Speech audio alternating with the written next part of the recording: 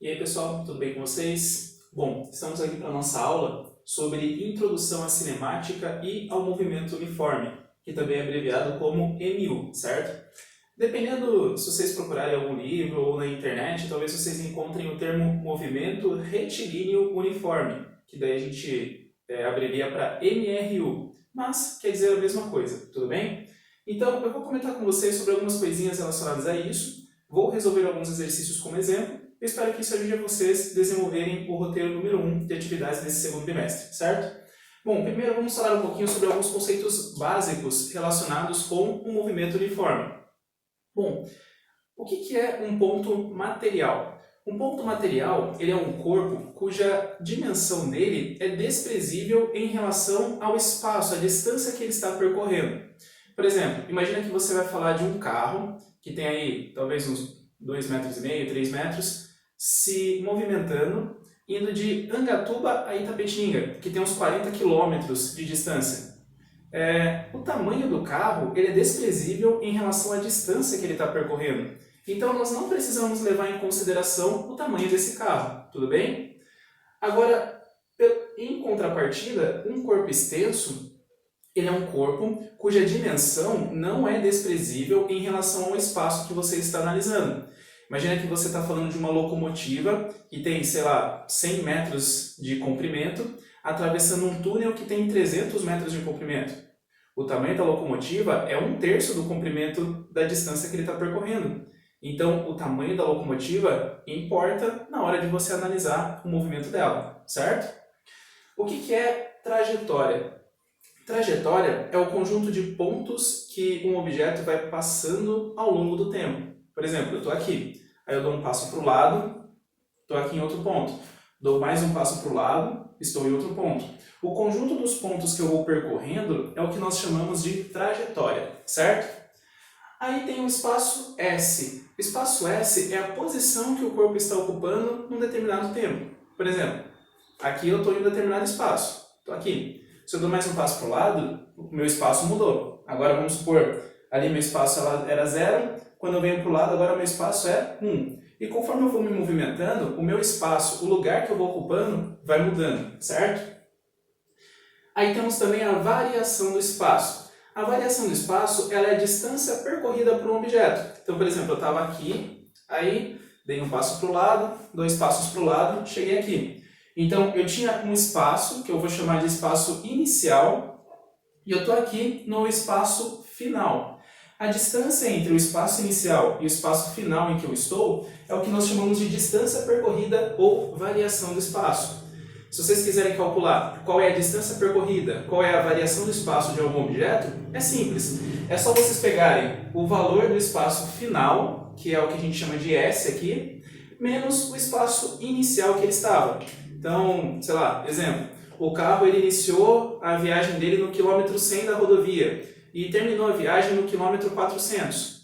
Espaço inicial, 100. Espaço final, 400. Se eu quiser saber a distância percorrida, é só pegar o espaço final, 400, menos o espaço inicial, que é 100. 400 menos 100 vai dar 300. Qual foi a distância percorrida? 300 km, certo? Sem muito segredo. E por que nós utilizamos a letra S para simbolizar o espaço? Porque nós estamos utilizando a inicial da palavra em inglês, space, certo? Bem, aí o que é deslocamento? O deslocamento D, perceba que ele tem até uma setinha em cima dele, é uma grandeza vetorial. Ela é a distância, a menor distância entre o espaço inicial e o espaço final. Por exemplo, se eu estou aqui, espaço inicial, 1 passo, 2 passos para o lado, então a distância entre esses 2 pontos é o que eu chamo de deslocamento, que nesse caso vai ser o mesmo valor da distância percorrida. Agora, por exemplo, imagina que eu estou aqui, eu dou um passo para o lado, eu dou um passo para frente, mais um passo para o lado e volto um passo para trás. Meu espaço inicial qual que era? Esse aqui. Aí eu me movimentei, qual foi o meu espaço final? Este daqui. Se eu quiser medir o meu deslocamento, eu tenho que pegar a distância entre o meu espaço inicial e o meu espaço final. Tem alguma distância entre o espaço que eu estava no começo e o espaço que eu estava no final? Não. Então isso significa que o meu deslocamento foi 0. Eu não me desloquei. eu posso até ter me movimentado ao longo de toda a trajetória, né? Só que o deslocamento, a distância entre o ponto em que eu estava e o ponto que eu cheguei é zero. Então, perceba que deslocamento é diferente de distância percorrida. Se eu fosse medir distância percorrida, aí eu teria que levar em consideração todo o movimento que eu realizei, certo? Teria que calcular toda essa distância que eu percorri. Agora, o deslocamento é só a distância entre o lugar que eu estava e o lugar que eu cheguei, a menor distância possível, tudo bem? Aí nós temos a velocidade v. A velocidade é uma medida da rapidez de um objeto, só que essa rapidez ela tem que ter uma orientação e um sentido. A rapidez ela é uma grandeza escalar. Uma grandeza escalar só precisa do valor para ser determinada. Agora, a velocidade, além do valor, que é a rapidez, ela precisa também da direção e do sentido. Sei lá, direção norte-sul, sentido sul, por exemplo, certo? Já comentamos sobre isso lá na nossa aula do primeiro bimestre. E o que é a velocidade escalar média?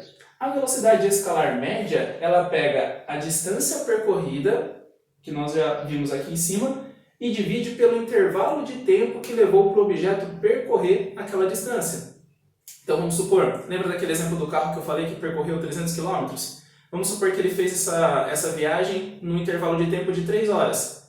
Se eu pego a distância percorrida, 300 km, e divido pelo tempo, que é 3 horas, 300 dividido por 3 vai dar 100. Qual foi a velocidade escalar média do carro em todo esse trajeto?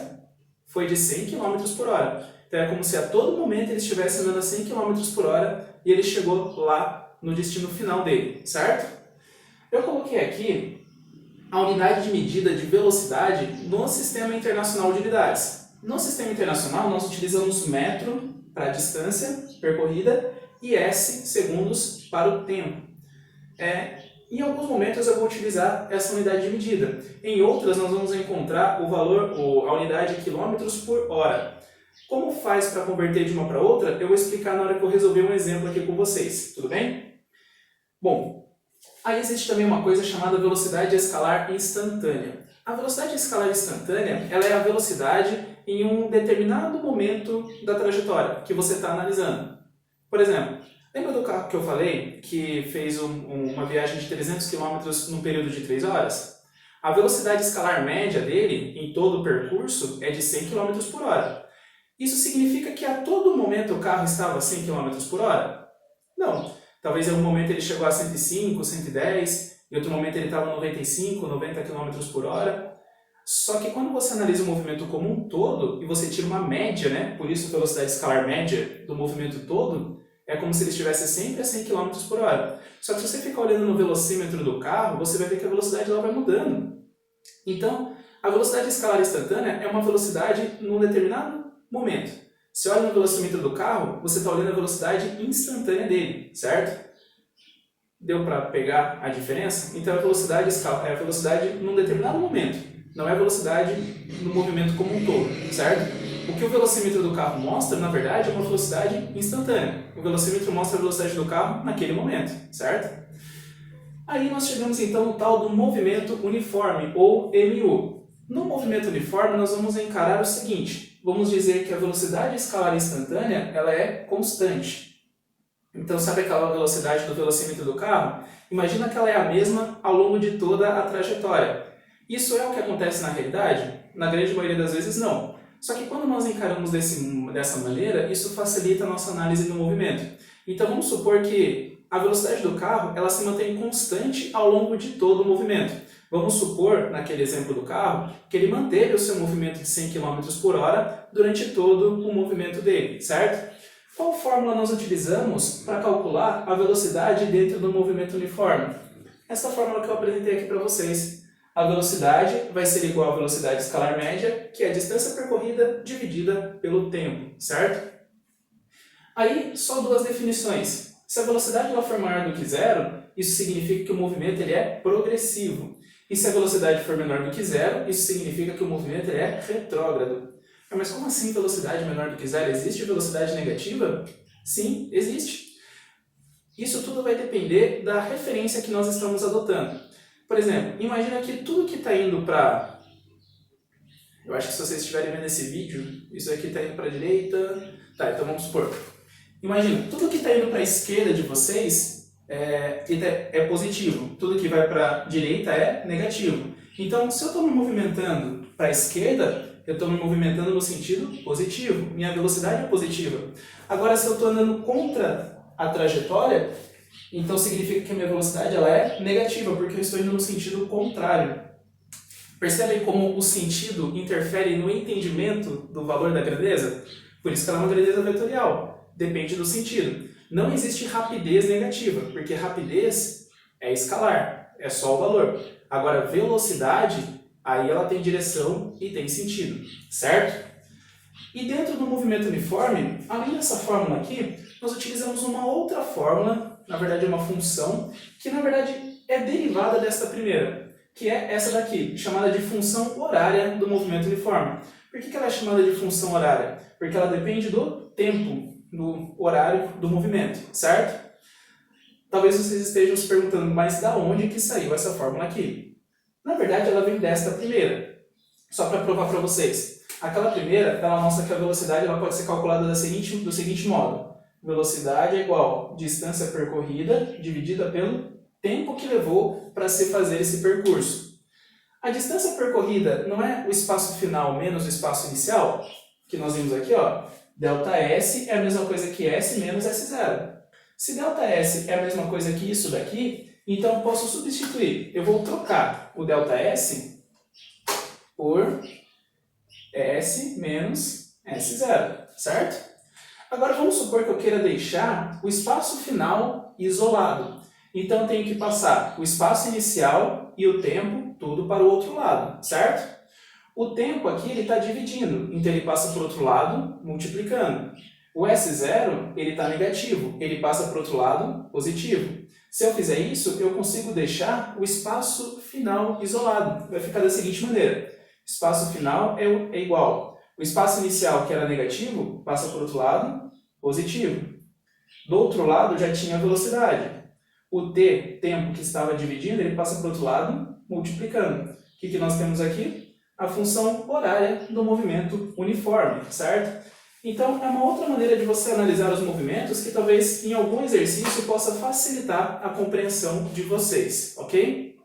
Então, fiz aqui um breve apanhado de todos os conceitos relacionados ao movimento uniforme. Agora eu vou mostrar para vocês alguns gráficos que estão relacionados ao movimento uniforme, só para vocês saberem, certo? Bom, agora eu vou apresentar para vocês alguns gráficos que estão relacionados, certo? Só a título de curiosidade. Então, eu vou mostrar para vocês duas situações. O espaço em função do tempo e a velocidade em função do tempo. Então, primeiro comentando do espaço. Aqui eu tenho um gráfico onde no eixo Y eu tenho o espaço que o corpo está ocupando e no eixo X eu tenho o tempo, certo? Então, quando o movimento ele é progressivo, ou seja, quando a velocidade é maior do que zero, o espaço ele vai aumentando. Por isso que aqui no gráfico ó, o espaço está aumentando, certo? Agora, se a velocidade for menor do que zero, se o movimento for retrógrado, lembra que o espaço vai diminuindo? Lembra que ele vai voltando no movimento? Por isso que aqui o espaço, ó, conforme vai passando o tempo, conforme passa o tempo, o espaço ele vai diminuindo, certo? A posição que o objeto ocupa. Agora, e com respeito à velocidade? Lembra que no movimento uniforme a velocidade ela é constante? Se ela é constante, significa que ela não muda, ela é sempre a mesma. Então, por isso que quando o movimento ele for progressivo, velocidade maior do que zero, ela vai estar na parte positiva e ela vai ser uma reta, porque a velocidade ela não fica mudando, a velocidade ela é constante, é sempre a mesma.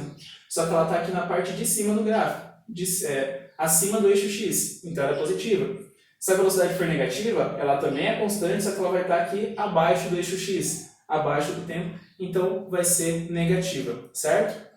Bem, com isso, fim dessa minha explicação. Eu acho que já deu os 15 minutos planejados. Agora, eu vou resolver com vocês aqueles exemplos de exercícios que eu pedi para vocês estudarem, para vocês poderem resolver as questões propostas no roteiro. Vocês estão vendo aí na tela a questão comentada número 1, que está na página 32 do livro didático de vocês. Diz assim: considere 3 veículos, A, B e C. Se A está em movimento em relação a B e B em movimento em relação a C, aí traz 2 perguntas. Pergunta A: é possível que A esteja em movimento em relação a C? Bem, para responder, vamos imaginar a seguinte situação. Então, imagina que eu tenho aqui, este retângulo é o carro A, este retângulo é o carro B e este retângulo é o carro C. Vamos supor que o carro A ele esteja se movimentando com, sei lá, 30 km por hora. O carro B esteja se movimentando a 20 km por hora. E vamos supor que o carro C esteja se movimentando a 50 km por hora. Se vocês notarem, lá no enunciado, né, ele disse que A está em movimento em relação a B. Se vocês notarem, o carro A ele está a 30 km por hora, enquanto o B está a 20 km por hora. Então, quem estiver dentro do carro B vai ver o A se afastando cada vez mais, porque ele está a uma velocidade maior. Então, nós podemos dizer com certeza que o carro A está em movimento em relação a B. Aí, depois ele pergunta, né? É possível que A esteja em movimento em relação a C? Se vocês perceberem, o carro A, nesse exemplo, ele está a 30 km por hora, enquanto o C está a 50. Quem estiver dentro do carro C vai observar o carro A ficando cada vez mais para trás, porque ele está a uma velocidade menor. Então, para quem está no carro C, é como se o carro A estivesse se afastando. Então, para quem está no carro C, adotando o carro C como referência, o carro A está em movimento em relação a C. Então, é correto nós afirmarmos isso, certo? Agora tem a pergunta B, né? Nós podemos garantir que o carro A está em movimento em relação a C? Bem, vamos ver. Vamos supor que o carro C, então, ao invés de estar a 50 km por hora, ele esteja a 30 km por hora, certo? Ao invés daqueles 50. Então, se nós pararmos para analisar, o carro A está a 30 e o B está a 20. Para quem está dentro do carro B, enxergará o carro A se afastando. Então, para quem está no B, é como se o A estivesse em movimento em relação a ele, certo? Agora, dá uma olhada no carro C. O carro C está a 30 por hora. O carro A também está a 30 por hora. Se eles estivessem na pista, lado a lado, eles continuariam se movendo lado a lado. Para um, é como se o outro sempre continuasse ao seu lado. É como se um não estivesse nem indo mais para frente, nem indo mais para trás, porque eles estão com a mesma velocidade. Então, aparentemente, o carro que está ao lado não está se movimentando. Vocês já notaram isso quando vocês estão viajando? Quando tem dois carros com a mesma velocidade, é como se um tivesse parado em relação ao outro. É como se eles não estivessem se movimentando. Então, embora o carro A possa estar em movimento em relação a C, nós não podemos garantir que o A sempre estará em movimento em relação a C, certo? Eu coloquei esse exercício para vocês analisarem porque ele é importante para mostrar a questão do referencial. Então, ter uma referência é sempre importante, certo? Por exemplo, aqui neste momento eu estou parado, mas eu estou parado em relação ao quê? Estou parado em relação à superfície da Terra. Agora, se eu analisar o meu movimento não tendo a Terra como referência, mas tendo o Sol, eu estou em movimento em relação ao Sol. Por quê? Eu estou na Terra e a Terra se move ao redor do Sol. Logo, eu estou em movimento em relação ao Sol, mas eu estou parado em relação à Terra. Então, é sempre importante termos uma referência na hora que nós vamos estudar o movimento, certo?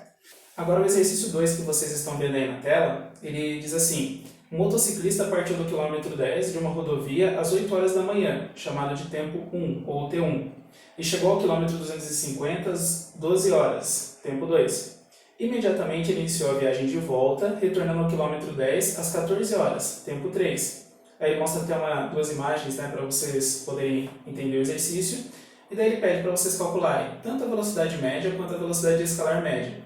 Esse livro aí utiliza uma terminologia um pouquinho diferente, mas basicamente é isso. Calcular a velocidade média e a velocidade escalar média.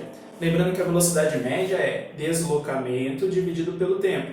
E a velocidade escalar média é a distância percorrida dividida pelo tempo. Eu vou fazer os dois para mostrar a diferença entre essas fórmulas, tá? E ele pede isso em 3 situações. Entre o tempo 1 e o tempo 2, tempo 2 e 3, e entre o tempo 1 e o tempo 3, certo? Bom, vamos lá. Para nós calcularmos a velocidade escalar média, nós vamos pegar a distância percorrida e dividir pelo intervalo de tempo que levou para ele percorrer, certo? Então, entre o tempo 1 que é às 8 horas da manhã, e o tempo 2, que são as 12 horas da manhã, qual foi a distância que ele percorreu? Ele saiu do quilômetro 10 e foi até o quilômetro 250. 10 para 250, se você pegar lá 250 menos 10, vai dar 240. Então, a distância percorrida foi de 240 quilômetros. Tem um caminhão atrapalhando aqui, né? E em quanto tempo ele realizou esse movimento? Ele saiu às 8 horas da manhã e chegou às 12 horas, um intervalo de tempo de 4 horas. Então, é 240 km dividido por 4 horas. 240 dividido por 4, a velocidade média, escalar média no caso, vai ser de 60 km por hora, certo? É como se a cada hora ele tivesse percorrido 60 km. Agora, como ficaria a velocidade média, que pega o deslocamento e divide pelo tempo? Se eu for calcular a velocidade média, que é o deslocamento pelo tempo, o deslocamento é a distância entre o espaço inicial e o final. Coincidentemente, a distância entre o espaço inicial e o final é a distância percorrida. São os mesmos 240 km por hora, os mesmos 240 km, percorridos no mesmo intervalo de tempo. Então, a velocidade média aqui também vai ser 60 km por hora, certo? Agora dá uma olhada no B. Ele pede para vocês analisarem o movimento entre o tempo 2 e o tempo 3. Então vamos lá. Velocidade escalar média é igual a distância percorrida dividida pelo intervalo de tempo. Qual foi a distância percorrida entre o tempo 2 e o tempo 3? Ele saiu do 250 e foi para o quilômetro 10. Ele também percorreu 240 km. Então aqui vai ser 240 km. Só que quanto tempo ele levou para fazer esse percurso? Ele saiu às 12 horas e chegou às 14, agora ele levou apenas 2 horas. Se vocês pegarem 240 e dividirem por 2, a velocidade escalar média vai ser de 120 km por hora. Então, na segunda parte do trajeto, ele andou um pouquinho mais rápido, né? É como se a cada hora ele tivesse percorrido 120 km. Agora, quanto que é a velocidade média? Ou seja, se eu pegar o deslocamento e dividir pelo tempo. Se você pegar o deslocamento e dividir pelo tempo, então a distância entre esses dois pontos também é de 240 km. E o tempo também é de 2 horas. A velocidade média também vai ser de 120 km por hora, certo?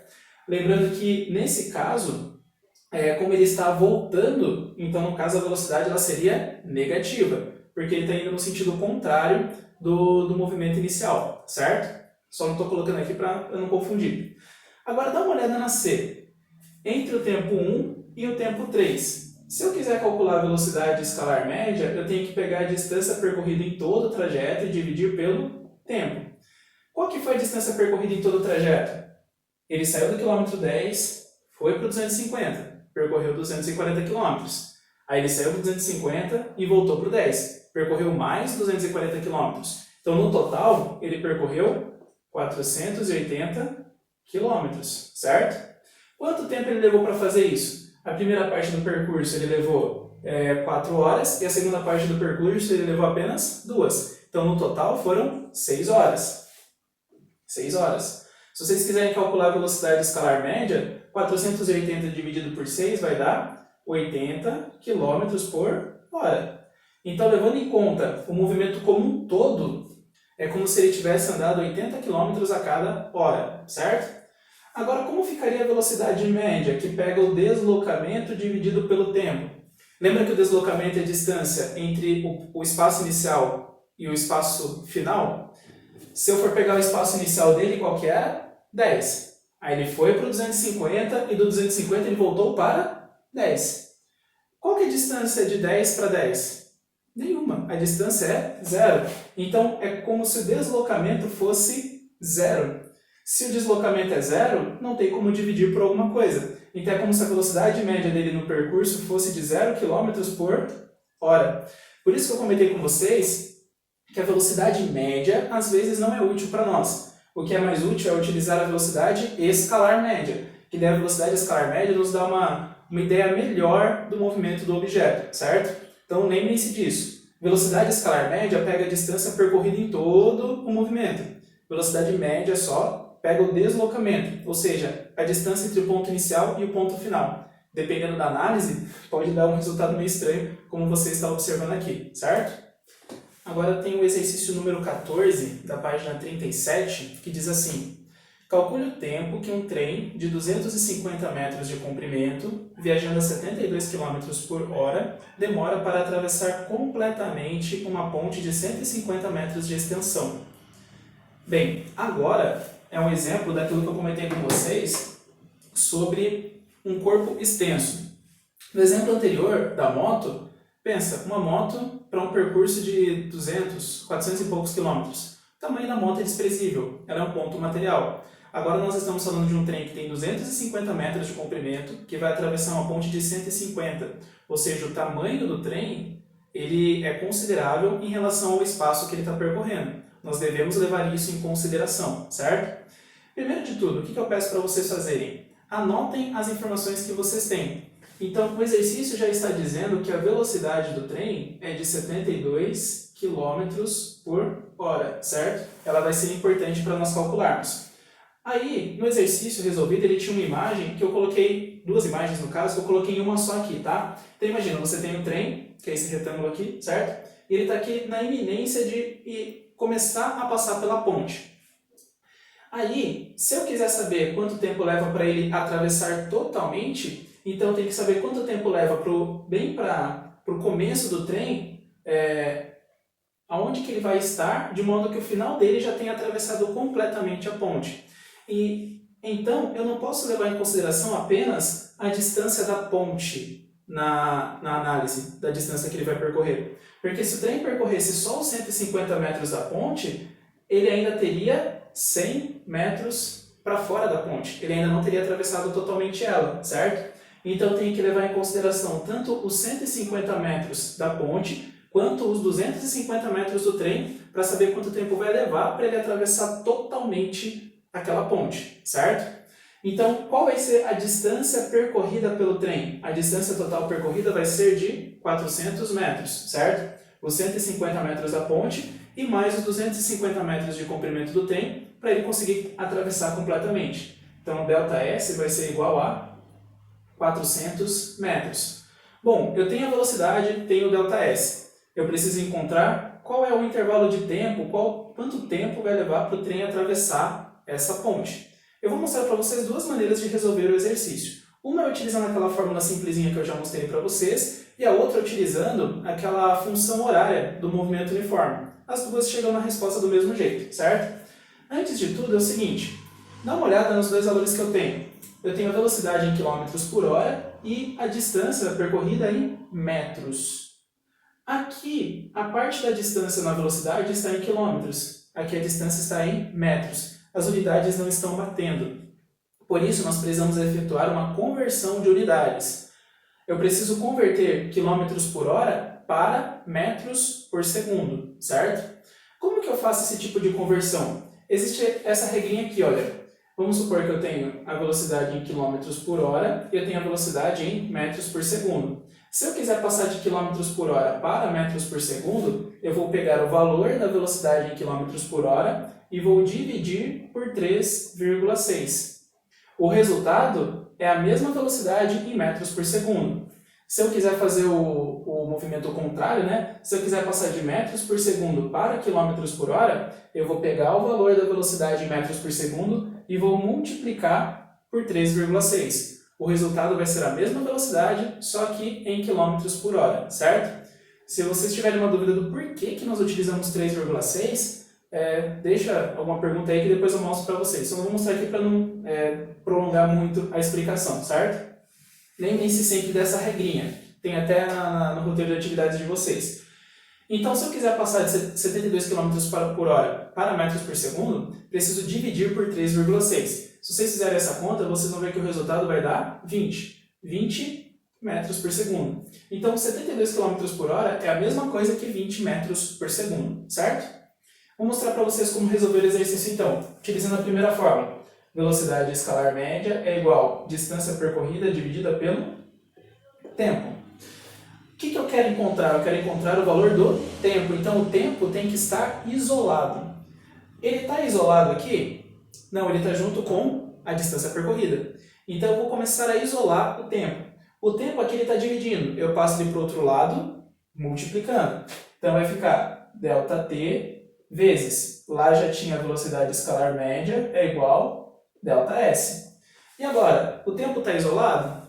Não, ele ainda tem a velocidade escalar média junto com ele. O que a velocidade está fazendo? Multiplicando. Então, ela vai passar para o outro lado, dividindo. Vai ficar assim, ΔT é igual ΔS dividido pela velocidade escalar média. Basicamente, o que nós fazemos é inverter os dois, certo? Agora, eu substituo as informações que eu tenho. Eu sei que o espaço percorrido, a distância percorrida, é de 400 metros. Eu sei que a velocidade média do trem é de 20 metros por segundo. Se nós pegarmos 400 e dividirmos por 20, o resultado vai ser 20. Mas 20 o quê? Tenho metros em cima, tenho metros embaixo, posso cortar. Sobra apenas o segundo. Então, quanto tempo leva para esse trem atravessar completamente a ponte? 20 segundos. Então, essa é uma maneira de resolver. A outra maneira é utilizando a função horária do movimento uniforme, que é essa daqui. S é igual a S0 mais V vezes T. Qual que é o espaço inicial que o trem estava? Ele estava bem no começo da ponte. O começo da ponte é como se fosse o espaço zero. E qual que é o espaço final? Ele chegou aqui na distância 400. Então, o espaço final que o trem estava era 400. O espaço inicial que ele estava era 0. Mas, qual que era a velocidade dele? 20 metros por segundo, vezes o tempo que eu não sei, certo? Esse 0 não vai interferir em nada, então eu posso tirar ele daqui. Vai ficar 400 é igual a 20 vezes t. Esse 20 que está multiplicando passa para o outro lado dividindo. Então vai ficar 400 dividido por 20. E o resultado vai ser 20. O tempo em segundos, certo? Ó, mesmo resultado, utilizando uma fórmula diferente. Aqui nós utilizamos a fórmula simples, né? A fórmula clássica, e aqui nós utilizamos a função horária do movimento uniforme, certo? Bom, esses eram os 3 exemplos que eu gostaria que vocês estudassem. Agora que vocês já viram como resolve aqui, fica a critério de vocês fazer a leitura deles lá no livro. E agora vocês podem tentar resolver os exercícios que eu propus no roteiro e também que estão lá no Google Classroom, certo? Então, é isso. Qualquer dúvida, perguntem aí, certo? E bons estudos aí para vocês.